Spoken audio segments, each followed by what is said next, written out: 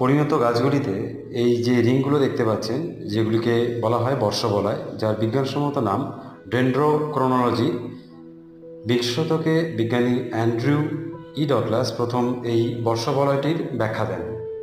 তিনি ভিন্ন ভিন্ন জলবায়ুর পার্থক্যে যে গাছেদের জীবনদশা, বৃদ্ধি, বয়স, এগুলি সম্পর্কে তিনি এক সম্পর্ক ব্যাখ্যা করেন।